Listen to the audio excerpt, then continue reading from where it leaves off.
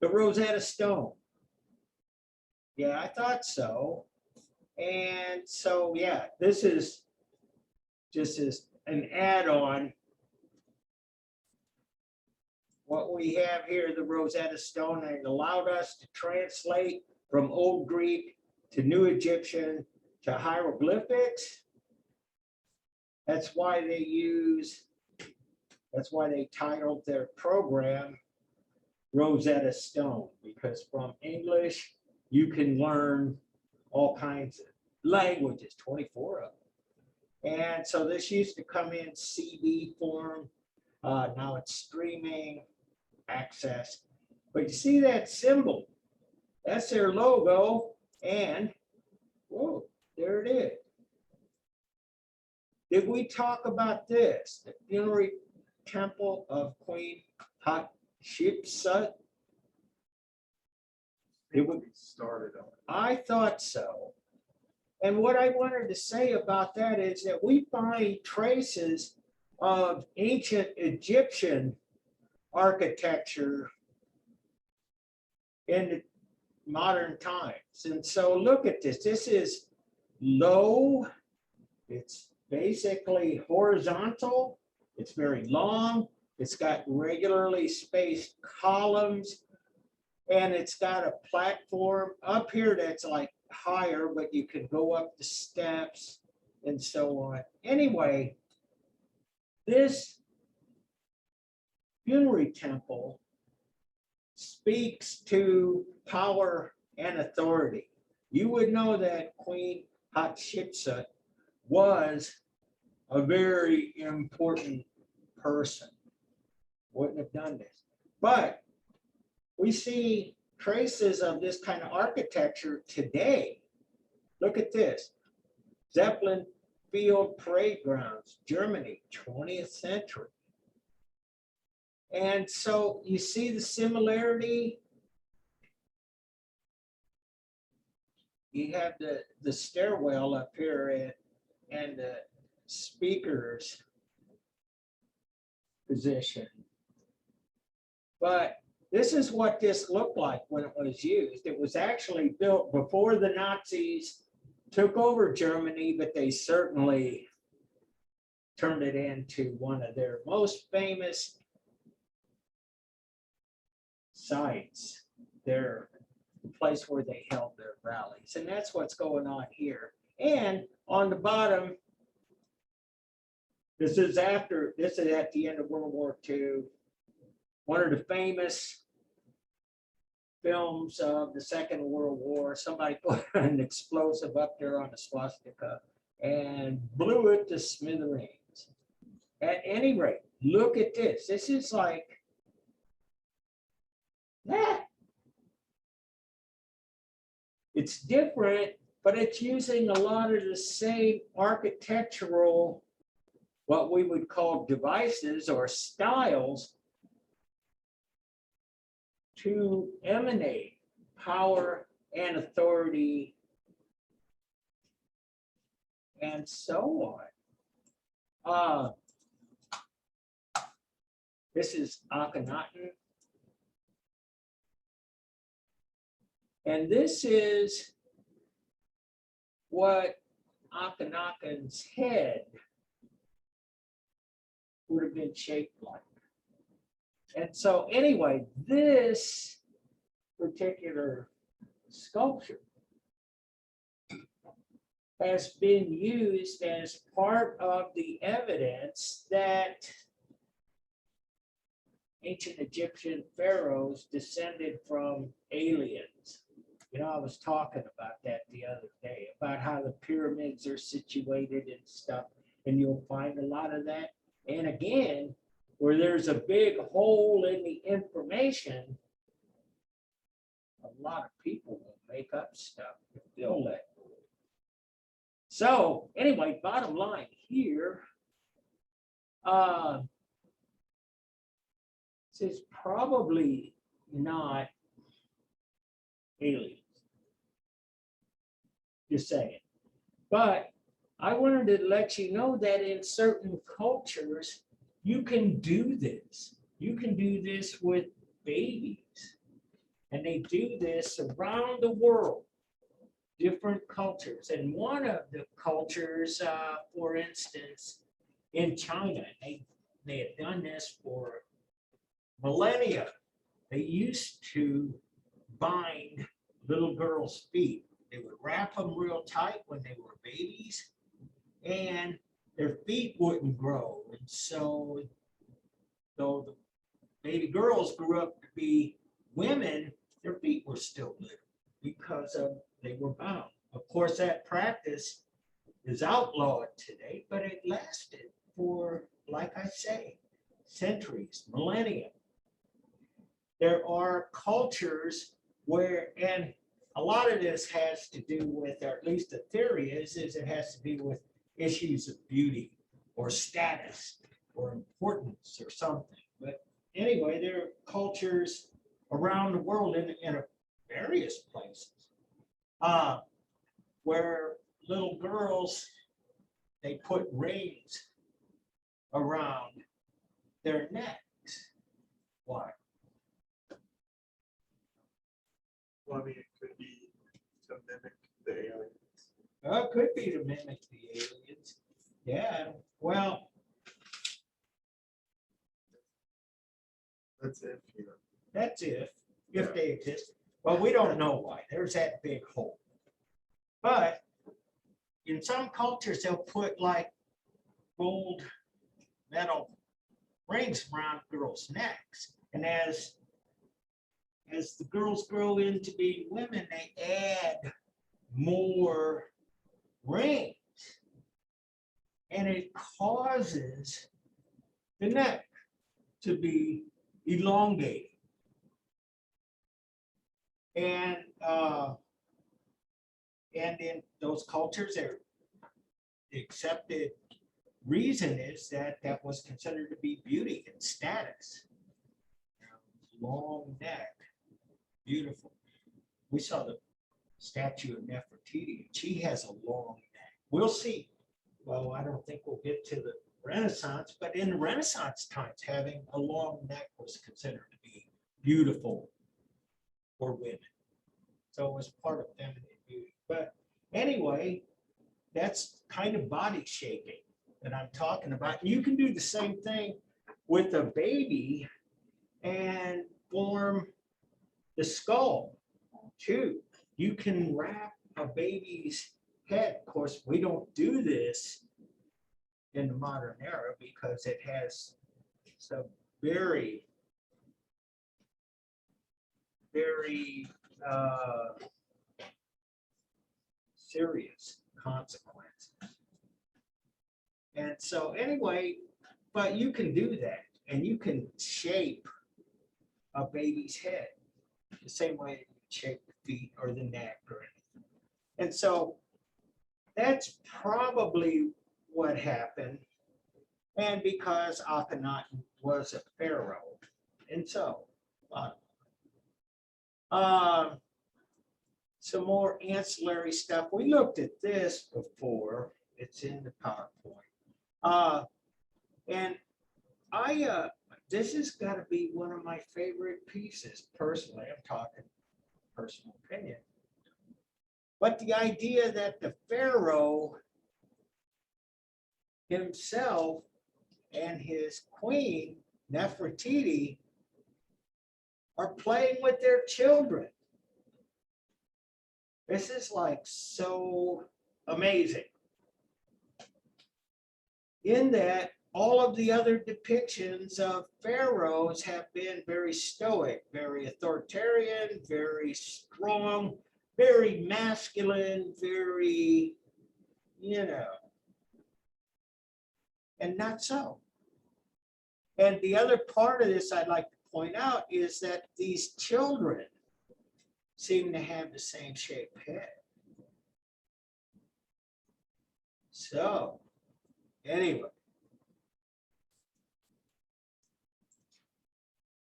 And want to put this up there, the obelisk, and that's not really mentioned so much in the textbook, but it is a big part of Egyptian art. When Napoleon came through in the late 18th century, early 19th century, they found these things all over the place. And they hauled them back to France. And you can find these all over France, and you can see they have hieroglyphic inscriptions on them. And they're usually pretty large. And the French called them Cleopatra's needles, which was kind of a slang name for it. Honestly,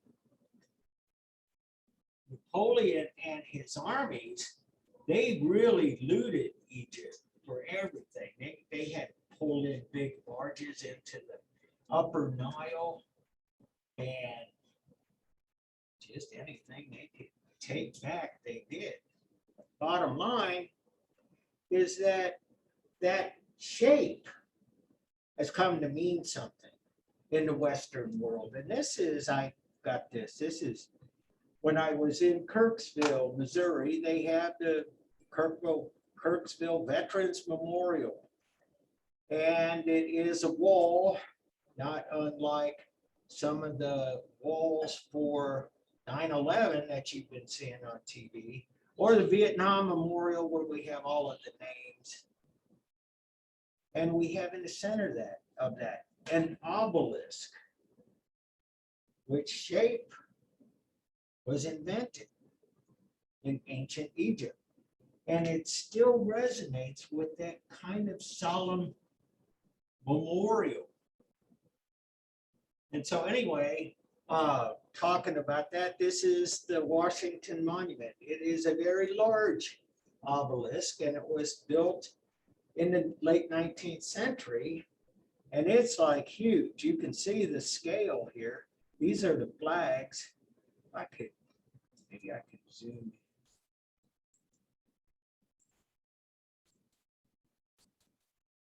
No, it's not. Anyway, you can go up in this, and there's some. It's like the arch. It's got these little narrow windows. You can see out the top.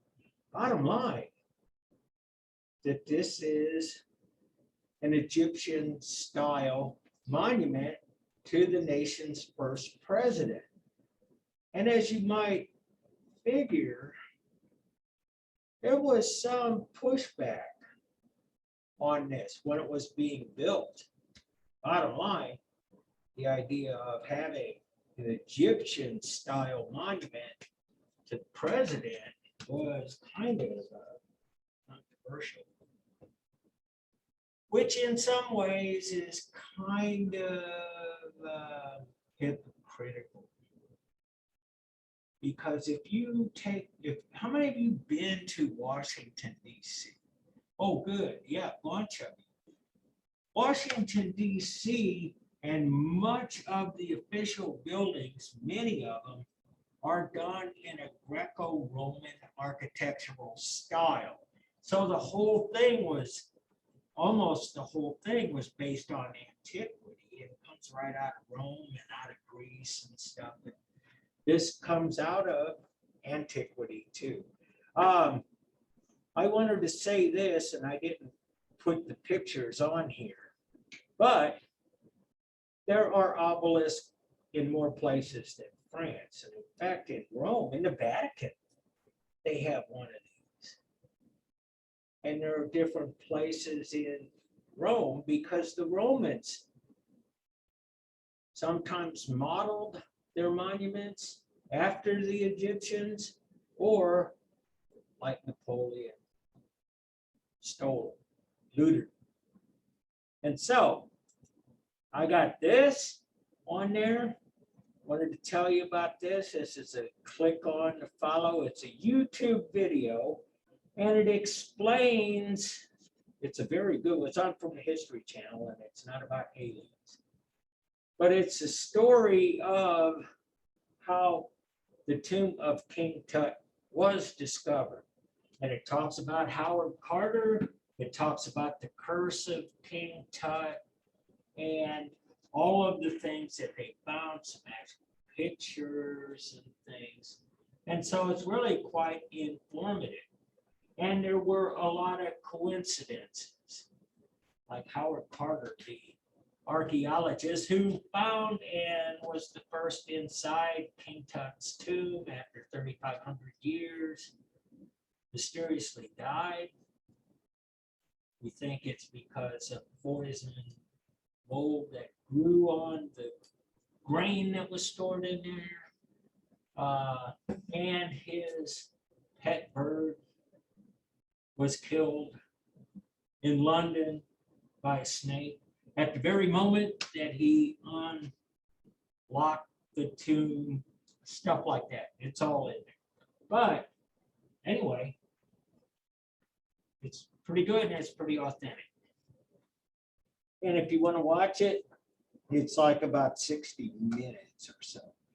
And we had talked about Anubis, the head of a jackal or a wolf or a dog, and the body of a human being, has the keys, guards everything in Egyptian culture.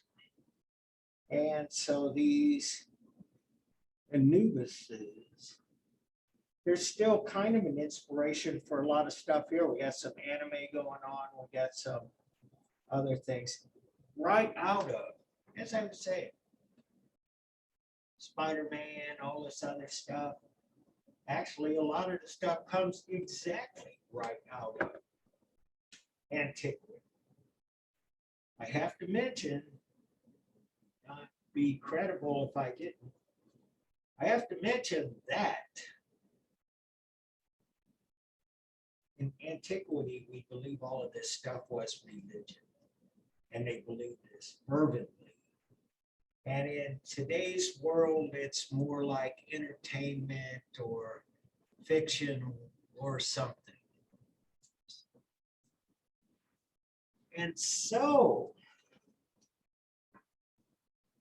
got some here. To Khufu Boat Museum.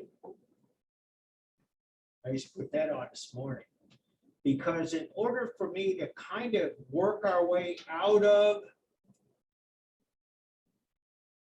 Egypt and going on, you have to know that the Egyptian influence was expansive, and we know that. And so we're going to go to work our way up through the Mediterranean, the Eastern Mediterranean, Crete, and we'll go into Greece. Then we'll go into the Etruscan culture and then into Rome.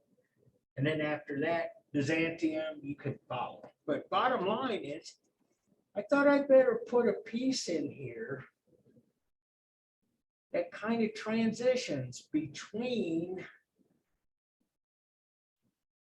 Egypt and what happens in Southern Europe and in the rest of the Mediterranean. And the Khufu Boat Museum is here. And guess what this is behind it?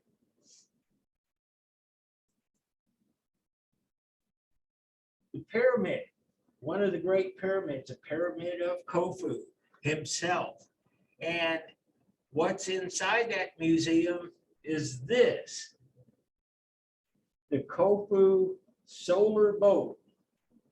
Now, does this mean they had solar panels and stuff? No.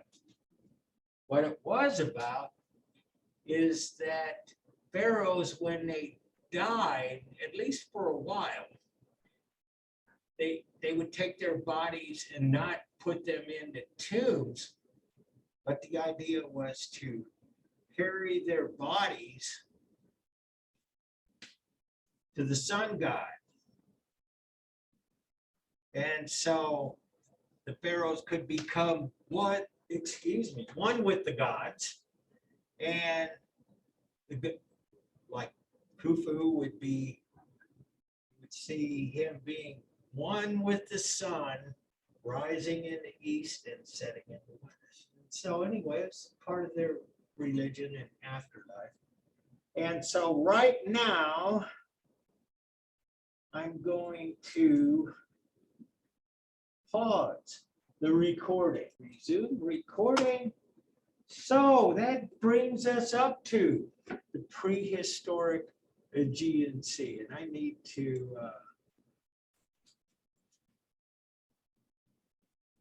and I got to double check, and we're good. Xander, can you hear us? Yes, sir. I can still hear you. Okay, good.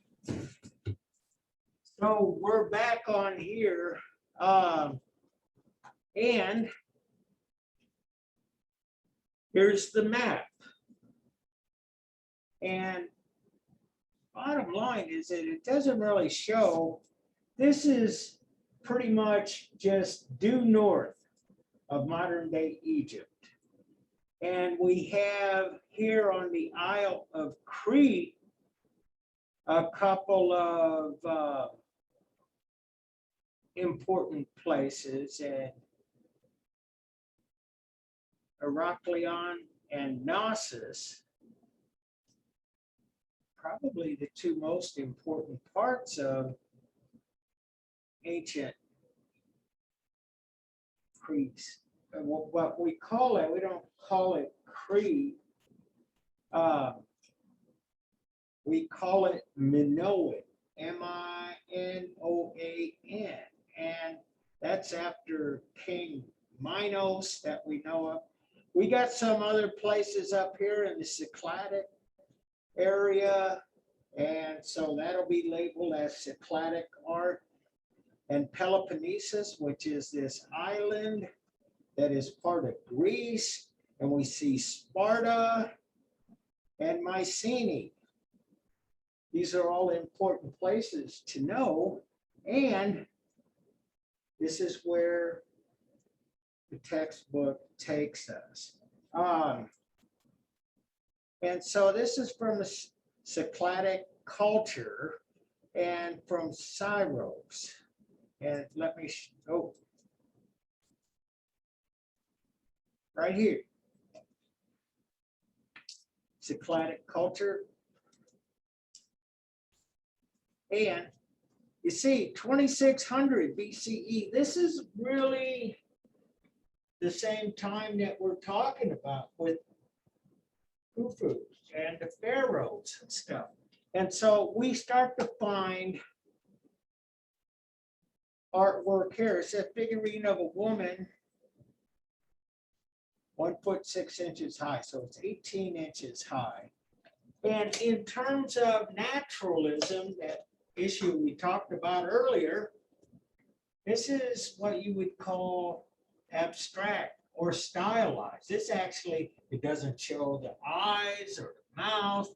The shoulders are broad and very angular. And it, in some ways, is kind of,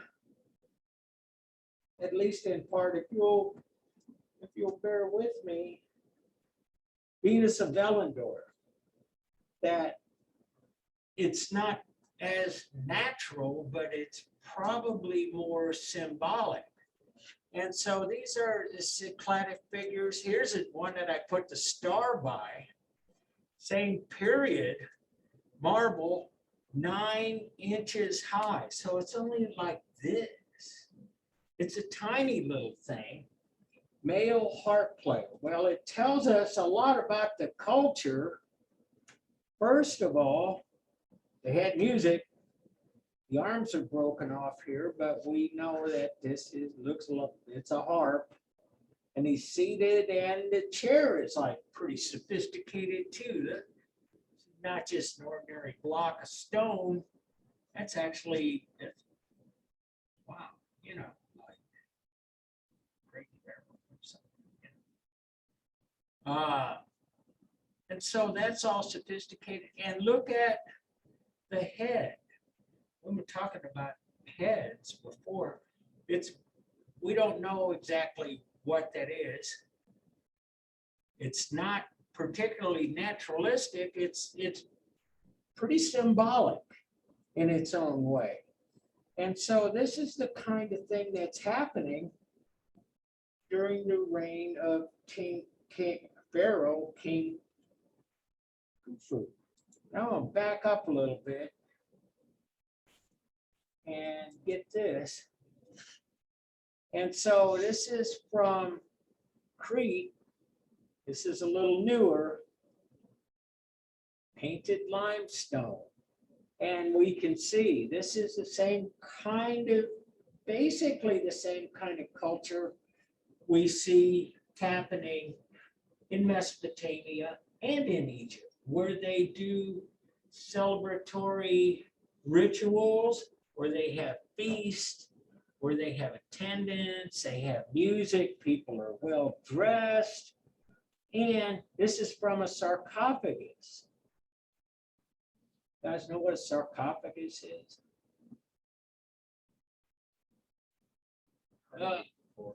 Say what? But I've heard of it before.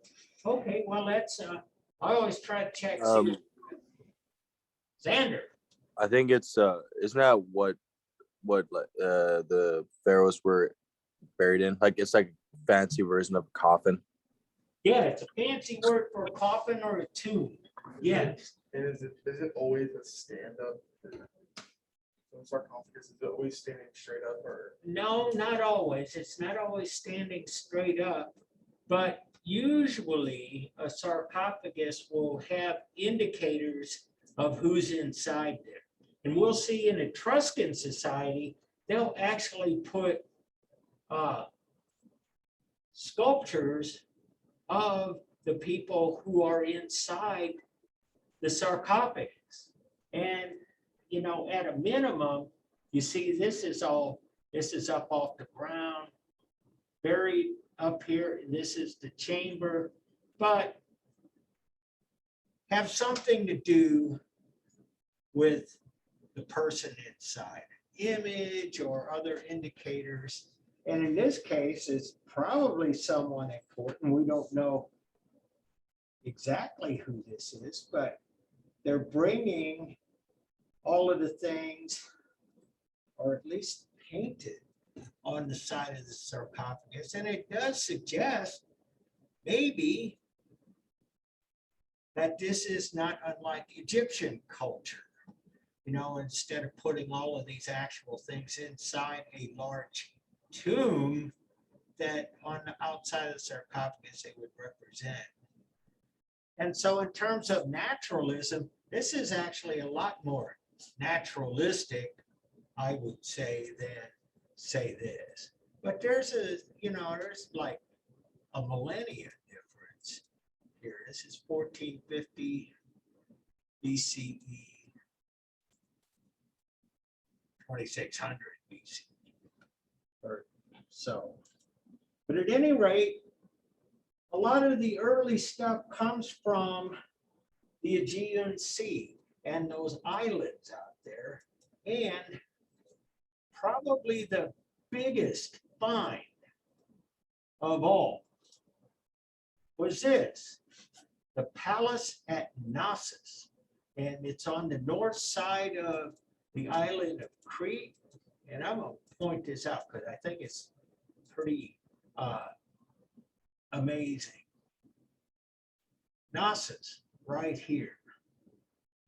And so when this was found, and it's a relatively recent discovery,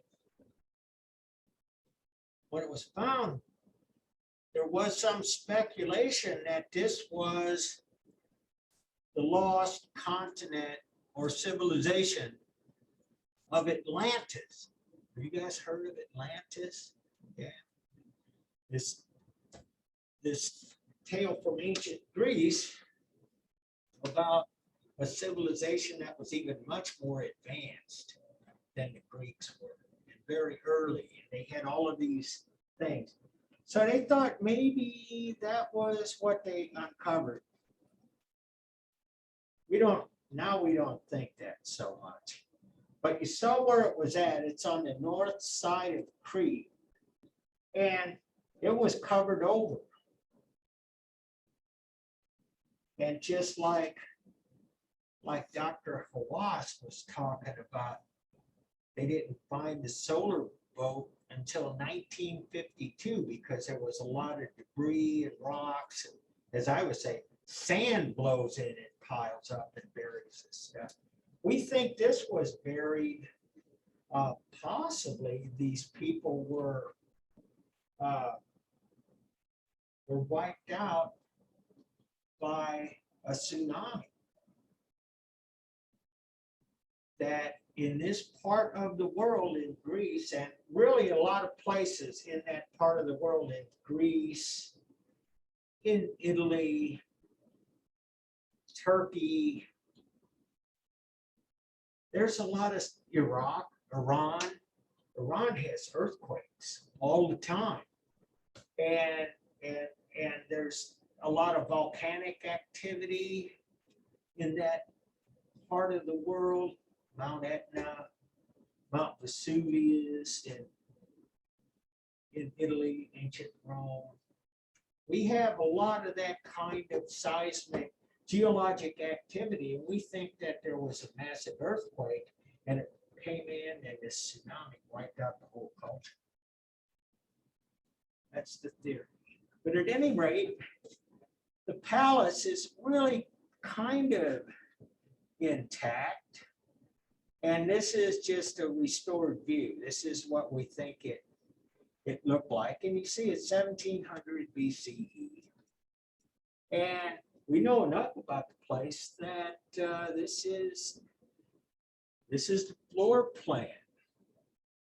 And it shows you here the existing reconstruction, what's going under reconstruction, the earlier structures, and so on. And so you can see it was really quite an elaborate palace. And here's part of what they have been uncovering. Like I say, it was abandoned. We think they got wiped out. And so one of the interesting points of Minoan culture is that they used a lot of the same architectural plan, and this would be called what you call hypostyle, which means that there are columns placed to hold up the structure. We see that all over. We saw it in Egypt, and they made columns until they started carving out of rock, and then they still carved columns out of the rock. What's interesting about the palace at Knossos is that the columns are all red, which is different. We see similarities between Egyptian columns, Greek, and Roman columns, and especially like fluting is what it's called. It shows vertical lines around the outside of the column. That's called fluting. We see that in Old Egypt, not so much in the newer rock carved, but we see that in Greek columns and in Roman columns. This has no fluting and they're red. And it's very, very unusual, very distinct, very different from anything we've seen. And you can see they were really good stone carvers, they were great masons, they were good builders. And so this was found. This is a fragment of a fresco from the palace of Knossos. They call it Minoan woman or goddess. See, there's this Minoan word I've been throwing around. The whole place is called Minoan because we know of King Minos, who ruled from Knossos. And so it's all called Minoan culture. We have here, though, this picture. It almost looks Egyptian. The way the eyes, the way it's done in profile. It's using a lot of the same conventions. La Parisienne. What's that all about? You guys see that in the book?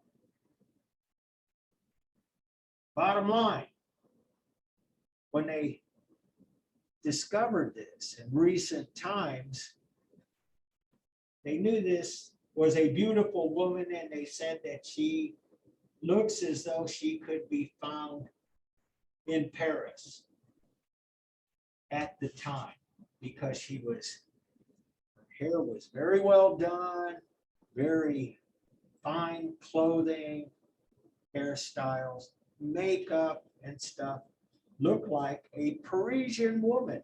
And these things all kind of have names that may or may not be accurate. We saw Venus of Willendorf, who is not really a Venus, say. And so that's why this is, and it's a fresco. And that's another thing that we're finding here in the Aegean culture. Fresco. You guys know what fresco is? It's just lemon. It's grapefruit flavored soda made by Coke. No, that's fresco. Sorry. Same root word, means fresh. Fresh, fresco. And the reason it's called that is that you got to paint it while it's wet. Basically, what it is plaster and pigment. And so you mix the plaster and pigment together, you paint it, and then as it dries, the pigments really rise to the surface. So you get this very rich color, and it's reasonably permanent. Well, you see here, it is 3,500 years old. Fresco. But you got to paint it while it's wet. You can't really store it or anything. And so people who paint with fresco, they have to kind of plan it out, and they say, this is how much I can get done in one sitting. And so I'll make up enough plaster and pigment used right here. And then you have to wait till it dries and go back the next day and add to it. And so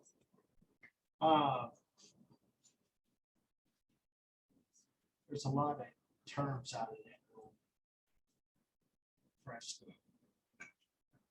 Al fresco. Anyway.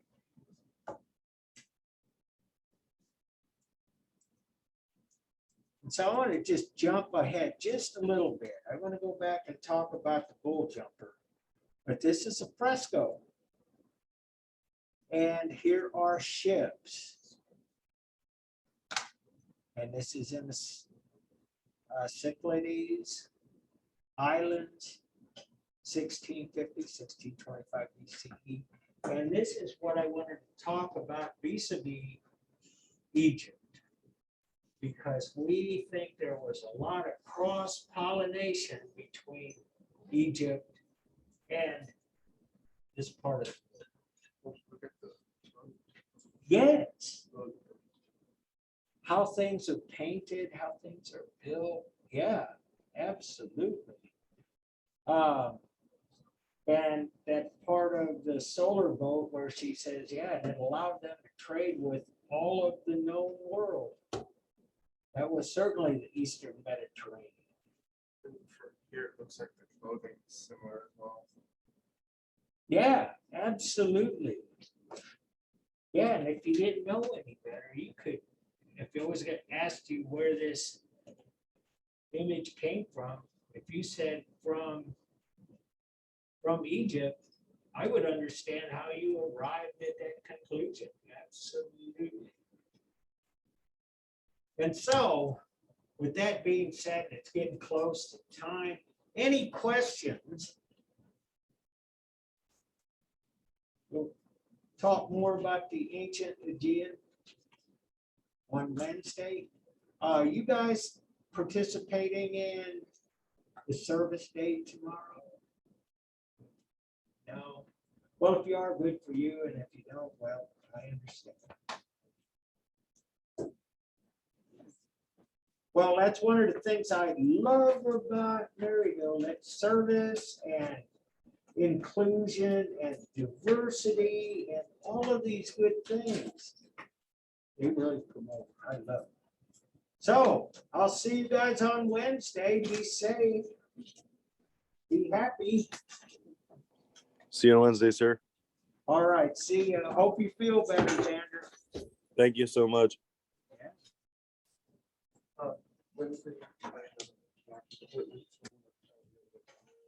Send me an email, just so I'll have it on the record. Okay. And I'll be ending up giving you a absent, like I said earlier. That won't count against your grade. It's just really Yeah, for Yeah. contact tracing. and stuff. contact tracing and stuff. Okay, that's fine. All right, see ya. Have a good one. You too.